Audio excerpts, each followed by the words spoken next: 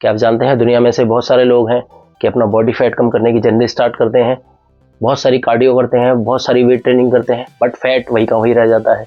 तो आइए मैं आपको साइंटिफिक तरीके से 8 से 10 टिप्स ऐसे बताऊंगा जो आप अपना बॉडी फैट भी कम कर सकें और अपना मसल मास वहीं का वहीं आपका बरकरार है, ताकि आपका मेटाबॉलिज्म भी जो है स्पीड अप हो और आपका बॉडी फैट जल्दी बर्न हो। तो चलिए दोस्तों स्टार्ट करते हैं इस वीडियो को।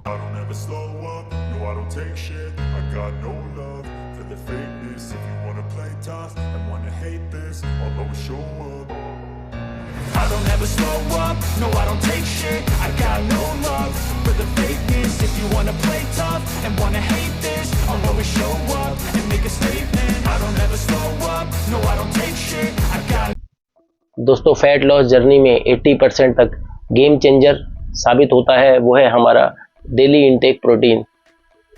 बहुत से लोग कार्डियो करते हैं, कैलोरी काटते हैं, वेट लॉस करने की कोशिश करते हैं, परंतु वेट लॉस नहीं होता है। और अगर वेट लॉस फैट लॉस होता भी है तो साथ में उनकी मसल भी चली जाती है। तो इसका सबसे बड़ा कारण है प्रोटीन का कम होना। तो आज मैं आपको साइंटिफिक तरीके से बताऊंगा कि अपनी प्रोटीन इंटेक को डेली हाई रखना क्यों ज़रूरी है, कितना खाना चाहिए और डेली इंटेक कितनी लेनी है और इसके क्या बेनिफिट हैं और इसको कैसे अपने डेली रूटीन में आप ऐड करें। तो चलिए स्टार्ट करते हैं। तो सबसे पहला क्वेश्चन आता है कि ये जो हम प्रोटीन ले रहे हैं हमारी बॉडी में करता क्या है और फैट लॉस जर्नी में हमारे को कैसे बेनिफिशियल है ये। तो चलिए मैं आपको बताता हूँ इसके बारे में। सबसे पहला पॉइंट है ये CTAT बढ़ाता है, यानी कि भूख कम लगना। यह हमारी बॉडी में जो हमें एक्स्ट्रा भूख लगती है या कार्विंग की जो प्रॉब्लम होती है उसको कम करता है।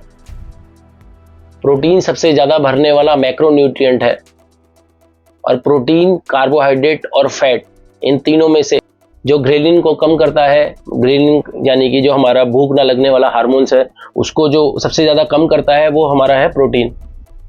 प्रोटीन सबसे ज़्यादा पेट भरने वाला मैक्रोन्यूट्रिएंट है और कार्बोहाइड्रेट और फैट के मुकाबले ये सबसे ज़्यादा जो हमारे ग्रेलिन हार्मोन्स है उसको कम करता है। ग्रेलिन हार्मोन्स वो होता है जो हमारे को भूख कम लगाता है, जिससे हमारे को भूख कम लगती है। तो जो उसको सबसे ज़्यादा कम करता है वो है प्रोटीन। सेकेंड पॉइंट है thermogenic effect of food. Protein को डाइजेस्ट करने में जो एनर्जी एक्सपेंडिचर लगता है वो सबसे ज़्यादा प्रोटीन में होता है। दोस्तों कार्बोहाइड्रेट को डाइजेस्ट करने में जो हमारा थर्मोजेनिक इफेक्ट होता है वो होता है 5 से 10%। और अगर मैं फैट की बात करूं तो अगर फैट को पचाने में जो थर्मोजेनिक इफेक्ट होता है वो ओनली 5 से 10% ही होता है। और अगर मैं प्रोटीन की बात करूं तो प्रोटीन को डाइजेस्ट होने के लिए जो हमारा थर्मोजेनिक इफेक्ट होता है वो हमारी बॉडी में वो 20 से 30% होता है। फॉर एग्जांपल अगर मैं आपको बताऊं तो अगर आप 100 कैलोरी खाते हैं तो 20 से 30 कैलोरी तो आपका जो है प्रोटीन को डाइजेस्ट करने में ही लग जाती है। वो जो 100 कैलोरी के अंदर से है उसमें अगर आपका प्रोटीन अच्छा है डाइट में तो 20 से 30 कैलोरी जो है उस प्रोटीन को डाइजेस्ट करने में ही एक्सपेंड हो जाती है। नेक्स्ट पॉइंट है मेटाबॉलिज्म एंड मसल प्रिवेंशन। जब आप कैलोरी डेफिशिएंट में होते हैं तो आपकी बॉडी मसल भी तोड़ती है और जब हमारी मसल कम होने लगती है तो हमारा जो मेटाबॉलिज्म है वो स्लो हो जाता है, जिससे कि हमारा वेट लॉस की जो जर्नी है वो स्लो हो जाती है या हमारा वेट घटना ही कम हो जाता है। हाई प्रोटीन डाइट हमारी मसल को सिक्योर करके रखती है, सेव करके रखती है, बचाती है, जिसके कारण आपका मेटाबॉलिज्म भी फास्ट हो जाता है और आपका बॉडी फैट भी बर्न होता है और आपको रीगेन की प्रॉब्लम से भी समस्या भी काफ़ी हद तक कम हो जाती है। हाई प्रोटीन के क्या बेनिफिट है? इससे आपका रैपिडली वेट लॉस होता है, आपका ब्लड शुगर लेवल भी कंट्रोल रहता है, इंसुलिन एकदम से स्पाइक नहीं होता है और इंसुलिन सेंसिटिविटी भी बनी रहती है और इंसुलिन रिस्पॉन्स भी कम होता है। प्रोटीन और कैल्शियम से हमारी बोन डेंसिटी भी बढ़ती है, काफ़ी हद तक हमारी बोन स्ट्रक्चर जो है वो अच्छा हो जाता है। अच्छी प्रोटीन डाइट लेने से हमारे हार्मोन्स भी बैलेंस रहते हैं और हमारा टेस्टोस्टेरोन और ग्रोथ हार्मोन्स भी बेहतर रिस्पॉन्स करता है। दोस्तों देखा गया है long term wait maintenance diet में भी हमारी हाई प्रोटीन डाइट ही काम करती है और मैक्सिमम एथलीट जो है हाई प्रोटीन लेकर उसको मेंटेन करके चलते हैं। दोस्तों कार्डियो स्ट्रेंथ ट्रेनिंग को मिलाकर आप अपना डेली का रूटीन बनाएं, वीकली रूटीन बनाएं और इस हिसाब से अपना वर्कआउट स्टार्ट करें। दोस्तों कम से 3 से 4 दिन आप अपना वेट ट्रेनिंग प्रोग्राम फॉलो करें 40 to 60 मिनट का, और हफ्ते में आप अपना 3 से 4 दिन का कम से कम कार्डियो सेशन रखें 30 to 45 मिनट का, तो जिससे आपका जो है वेट लॉस जर्नी भी मेंटेन रहेगी और आपका बॉडी फैट भी धीरे धीरे करके कम हो जाएगा। और अगर आप वीकली 7 डेज ये करते हैं तो आपका आधा किलो से लेकर 1.5 किलो तक बॉडी फैट भी धीरे धीरे करके कम हो जाएगा।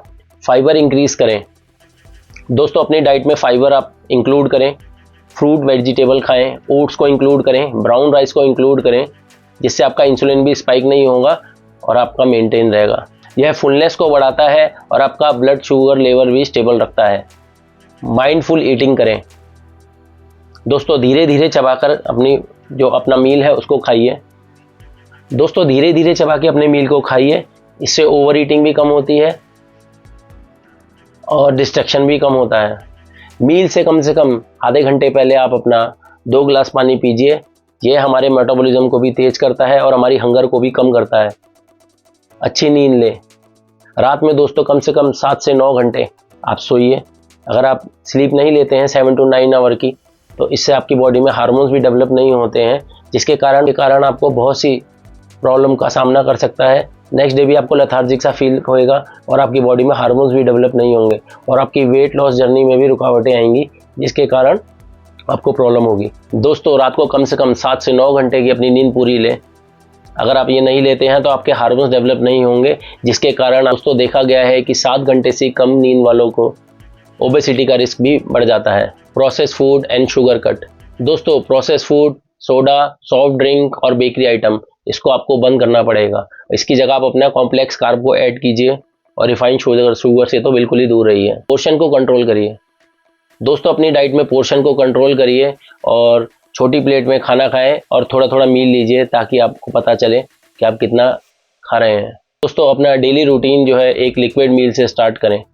लाइक आप एक नींबू पानी भी ले सकते हैं, गर्म नींबू पानी शहद डाल के भी ले सकते हैं, या आप अगर वेजिटेबल जूस ले सकते हैं तो वो बहुत बढ़िया है। 2 फ्रूट्स, या तो फ्रूट्स का आप ये शेक बना लें या किसी वेजिटेबल का शेक बना लें, या तो आप कोई प्रोटीन भी ले सकते हैं। अगर प्रोटीन इंटेक आपकी प्रॉपर नहीं हो पाती है पूरे दिन भर में, तो आप स्टार्टिंग में ही सुबह उठ के फ्रेश होने के बाद सबसे पहले 20 ग्राम प्रोटीन ले सकते हैं, प्रोटीन शेक, तो उससे भी अपने दिन की शुरुआत कर सकते हैं।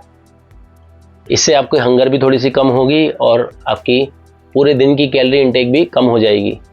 दोस्तों सेल्फ मॉनिटरिंग करें दोस्तों, अपनी डाइट में सेल्फ मॉनिटरिंग करें कि कहाँ आप गलती कर रहे हैं और क्या आपने एक्स्ट्रा खा लिया है, और अगर नहीं खाया है तो क्या खाने की आवश्यकता है, जिससे कि आप अपना प्रोटीन इंटेक को पूरा कर सकें।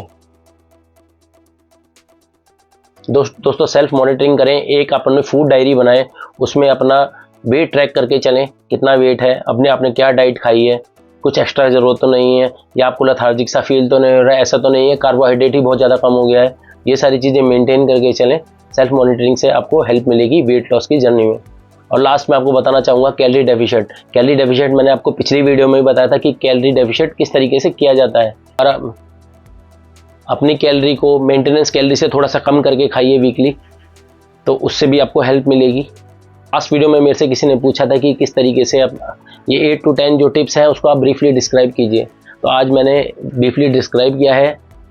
तो आप बताइए आपको ये इन्फॉर्मेशन कैसी लगी। इस चैनल को लाइक, शेयर एंड सब्सक्राइब कीजिए और देखना ना भूलें MK with body reborn. I don't ever slow up, no I don't take shit. I got no love for the fakeness. If you wanna play tough and wanna hate this, I'll always show up. I don't ever slow up, no I don't take shit. I got no love for the fakeness. If you wanna play tough